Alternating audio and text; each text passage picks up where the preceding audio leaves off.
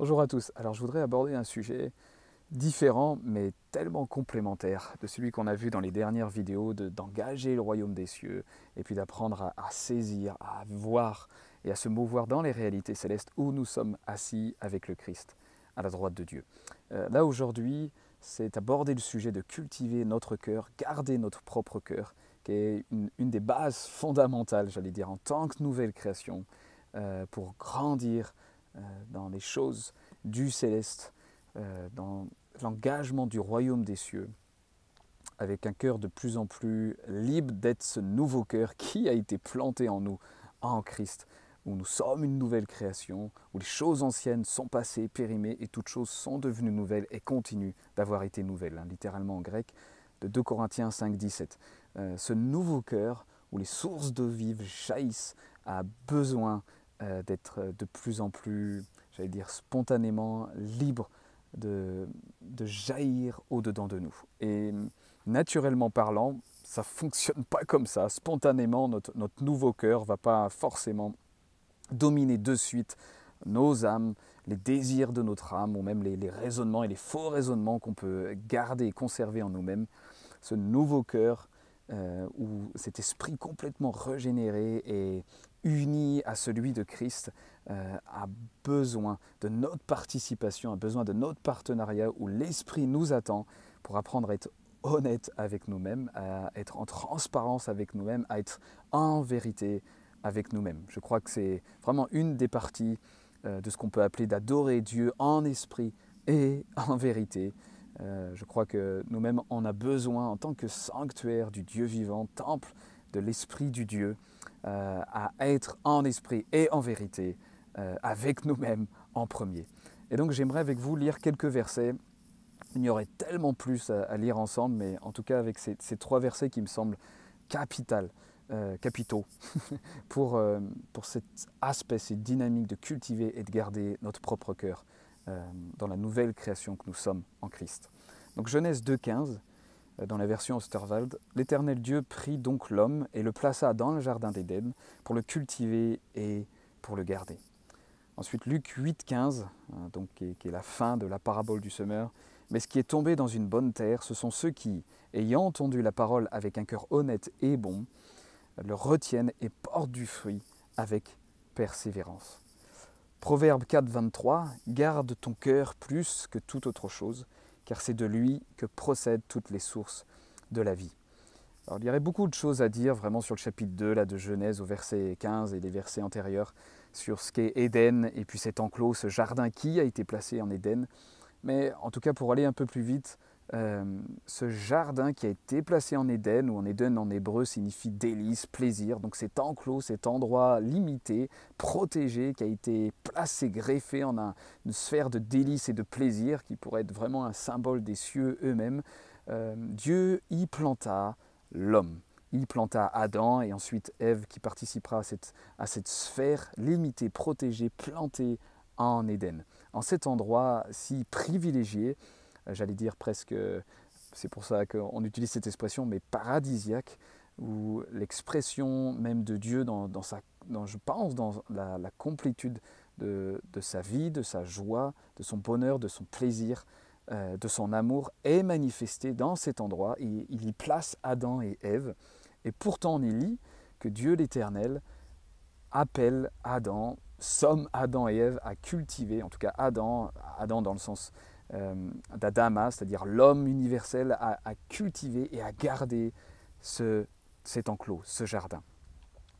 C'est intéressant quand il pense d'ailleurs que dans cet endroit a été planté l'arbre de la vie et l'arbre de la connaissance du bien et du mal. Qu'est-ce que ça voulait dire pour Adam de garder et de cultiver même cet endroit du jardin? Bref, en tout cas, Dieu les a plantés à cet endroit de délice et de plaisir, avec la substance même et la présence même de Dieu dans toute sa joie, son plaisir, son amour et sa présence de fraîcheur et de renouvellement. En cet endroit, Adam devait garder son propre cœur, cette terre-là, et la cultiver. En hébreu, on apprend vraiment que le terme de garder et cultiver, cette notion de garder, être vigilant, protéger particulièrement, et puis cultiver, c'est la notion de travailler, de labourer, de prendre soin même des vignes. Donc on y voit qu'il y a certainement un parallèle non négligeable avec cette nouvelle création que nous sommes en Christ, greffés en Christ, où notre esprit régénéré est uni à son Esprit Saint. Nous avons été plantés de nouveau en l'Éden qui est Christ lui-même, le désir et le plaisir de notre âme, de notre être entier. Ce sanctuaire de l'Esprit Saint que nous sommes, du Dieu vivant que nous sommes, a besoin lui aussi, comme on le voit à travers l'évangile de Jean, à travers l'évangile de Luc au chapitre 8, mais aussi dans l'évangile de Marc et de Matthieu, d'être une bonne terre. Et donc d'apprendre à garder la parole vivante, cette semence incorruptible en nous qui a la puissance de garder, de protéger, de préserver notre âme que nous apprend l'évangile de Jacques. Cette semence incorruptible a besoin d'être libérée, a besoin de prendre sa place, a besoin d'être comme chez elle pour venir s'élargir, pour influencer au fur et à mesure qui nous sommes en Christ.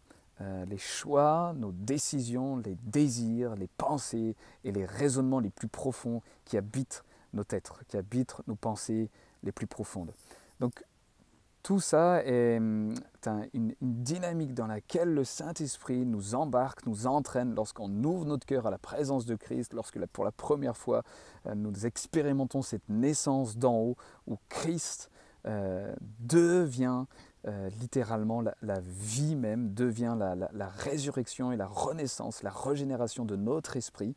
Nous sommes conduits, nous sommes accompagnés à cultiver la terre de notre cœur, à garder plus que toute autre chose notre cœur, puisque de là viennent toutes les sources de la vie. Donc, j'allais dire comment d'une manière pratique, nous pouvons garder, nous pouvons cultiver notre propre cœur. Je crois que c'est important d'aborder ce thème parce que les décennies et les siècles passés, on a réellement focalisé, qui est une bonne chose, sur le fait de se saisir des Écritures et de pouvoir s'en nourrir vraiment comme une substance et pas simplement comme une confession intellectuelle, mais comme une intégration spirituelle en esprit et en vie de ce que signifient les Écritures, la substance même des Écritures qui peut être Christ elle-même lorsque nous en tirons ce qui est esprit et vie. Et je crois que toute la tradition catholique à travers l'oraison, la contemplation, l'isicasme avec la tradition orthodoxe, plus simplement dit cette notion de visiter avec l'Esprit de Dieu en nous-mêmes notre propre cœur. Lorsque David va demander à Dieu de sonder son cœur, je crois de tout mon cœur, c'est le cas de le dire, que David connaissait aussi que son désir, son plus grand des désirs qu'on peut lire dans les psaumes, était celui de visiter, d'explorer le sanctuaire du Dieu vivant. Alors qu'à son époque, le sanctuaire et le tabernacle n'étaient pas construits. En tout cas, le temple n'était pas construit. Donc, David connaissait cet aspect, que ce soit prophétique ou déjà en expérience pour lui, cette notion de visiter ce sanctuaire vivant que nous sommes, d'explorer ce sanctuaire vivant que nous sommes, d'aller avec le Saint-Esprit explorer, visiter et sonder bien souvent les compartiments de notre âme ou les compartiments de notre cœur qui sont parfois les plus cachés, j'allais presque dire les plus ténébreux, les endroits où les problèmes de la vie, les peurs, la culpabilité, la rancœur, les blessures qu'on a pu accumuler avec le temps se sont déposées, se sont accumulées. Et la plupart du temps, ce qu'on a appris finalement, c'est de les entasser bien profondément, c'est de passer à autre chose, d'aller de l'avant et puis de laisser ces cadavres. Alors, cette vidéo ne parle pas d'une introspection, parce que je ne crois pas à l'introspection selon l'évangile de Christ, selon le Christ glorieux qui habite en nous. Mais par contre, je crois, pour l'avoir vécu et pour continuer à le vivre, d'une orientation, d'un encouragement du Saint-Esprit, de Dieu lui-même, à être en vérité avec nous-mêmes, à être en honnêteté avec notre propre cœur. Et c'est un vrai défi. J'allais presque dire, surtout dans la sphère évangélique, à être en vérité avec nous-mêmes. Ça appelle énormément de courage, à voir les dossiers, j'allais dire, les moins glorieux en nous-mêmes, ceux qui sont les moins reluisants, ceux qu'on a le plus de mal peut-être même à parler aux autres, et ce qui pourrait s'entendre. Mais le Saint-Esprit, dans toute la grâce et dans tout son amour, mais aussi dans toute la vie de sainteté, de pureté qu'il est, veut sonder, veut juger ces compartiments, ces endroits de notre âme et notre cœur avec nous. Quand je dis juger, c'est littéralement libérer ce feu qui vient purifier, qui vient libérer, qui vient brûler ce qui a besoin de disparaître, ce qui a besoin d'être défait, ce qui a besoin de tomber pour que ce cœur nouveau que nous avons reçu en Christ ait toute la liberté de s'exprimer, d'envahir les décisions, les désirs, les passions, les projections de notre âme, et j'allais dire en particulier les yeux de notre cœur, notre imagination va en être impactée, va en être elle-même de plus en plus en harmonie avec réellement ce que le Saint-Esprit vient illuminer et vient nous montrer. Donc c'est un sujet fondamental que celui d'apprendre à garder, à cultiver notre cœur, et je crois avec cette tradition de contemplation du Christ qui demeure en nous, qui vit en nous, dans sa personne, d'engager le royaume des cieux au-dedans de nous, dans la personne du Père, dans la personne du Fils et dans la personne du Saint-Esprit, à apprendre à les rencontrer en nous-mêmes, non pas comme une sorte de discours un peu, j'allais presque dire, mystique dans le mauvais sens du terme, un peu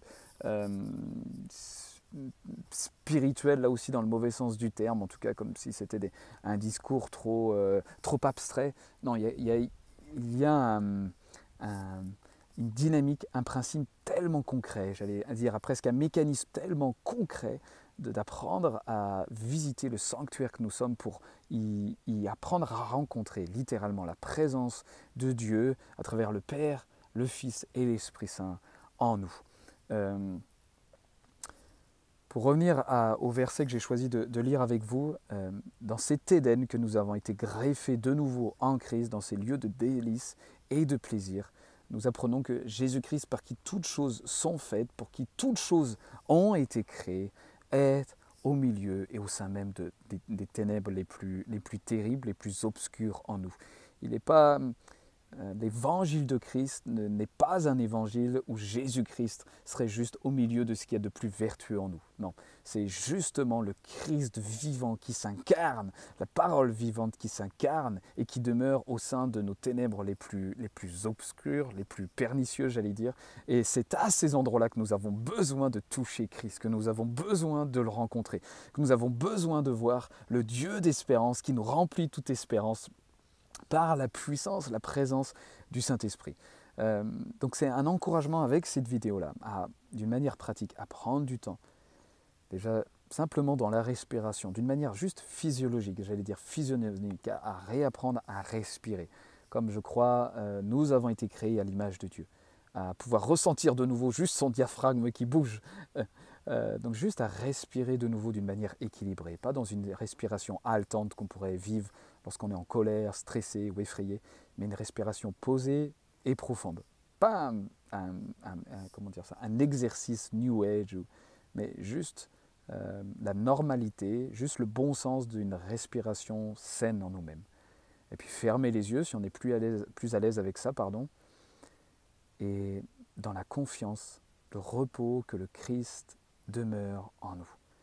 Et que Éphésiens 3 nous apprendra qu'il a besoin de faire ses aises, d'habiter, littéralement en grec, d'avoir ses aises, d'habiter largement en notre cœur. Donc d'apprendre à le rejoindre à cet endroit-là. Et puis peut-être à le voir, à le visualiser avec les yeux de notre cœur, mais surtout à toucher, à ressentir sa présence au-dedans de nous. À rejoindre la table à laquelle il nous attend au-dedans de nous, où il est venu dîner avec le Père en nous. On peut fermer les yeux, apprendre à respirer calmement. Si une musique nous aide, on peut prendre une musique avec nous. Si le silence total nous aide, soit être dans la nature avec le bruit des oiseaux ou autre. Éviter peut-être le bruit des enfants, c'est ce que je fais en particulier pour ces temps plus précieux, mais à se poser, à rejoindre le repos que nous avons reçu en Christ. Pas dans la passivité, mais dans l'action qui existe dans le repos et le silence. à parler en langue si nous en sommes là pendant 5 minutes ou 10 minutes, vraiment à engager ce royaume des cieux dans le silence et puis dans le poids, dans la consistance qu'il est en nous. Vous allez le sentir rapidement, mais c'est bon d'apprendre à rejoindre son propre cœur, à rejoindre là où notre esprit est. Nous sommes un premier, un esprit possédant une âme et qui se mouvoit à travers un corps. Donc apprendre à rejoindre notre esprit qui est devenu vivant, régénéré avec l'Esprit de Dieu, avec le Saint-Esprit. Apprendre à rejoindre notre cœur, à descendre en notre cœur, se revêtir de Christ. J'en ai déjà parlé dans des vidéos. En grec, c'est littéralement endouo, c'est couler au-dedans afin d'être revêtu. Donc savoir couler au-dedans, toucher le Christ qui vit en nous. Et plus cette dynamique va être aisée et spontanée en nous, plus par la foi, par la confiance, spontanément nous rejoignons la vie de Christ en nous.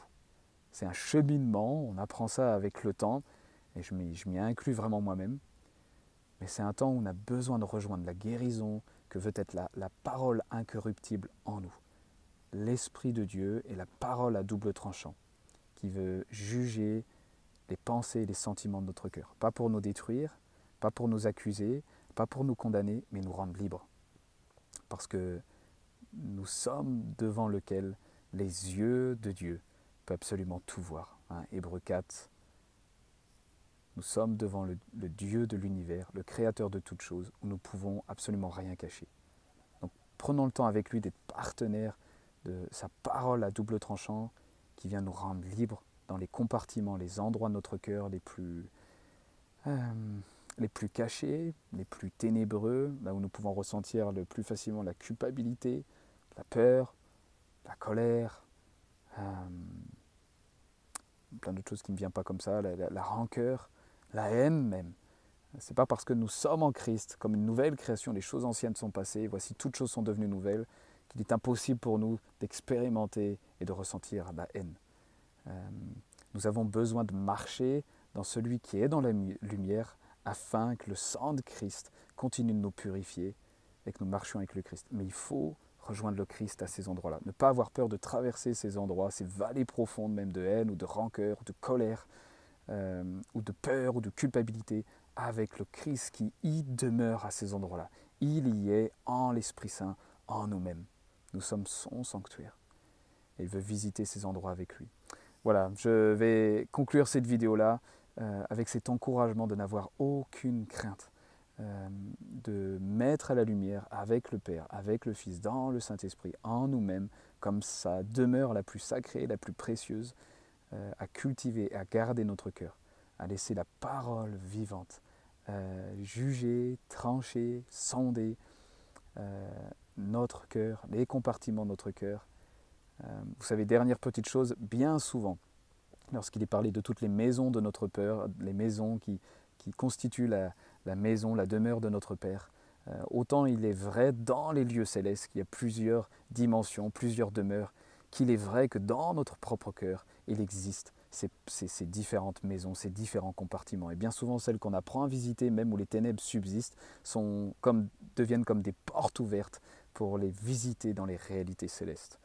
Peut-être sera le sujet d'une prochaine vidéo. Donc, les amis, qu'on n'ait aucune crainte, mais qu'on y aille avec courage et force à visiter avec honnêteté, avec vérité en nous-mêmes, avec l'Esprit de Dieu, qui nous conduira dans ces ténèbres-là pour les visiter, pour les sonder avec lui et apporter la parole qui guérit, la parole de vérité qui fonde de nouveau le Christ, l'espérance de la gloire en ces endroits-là. Voilà, soyez bénis et puis à la prochaine.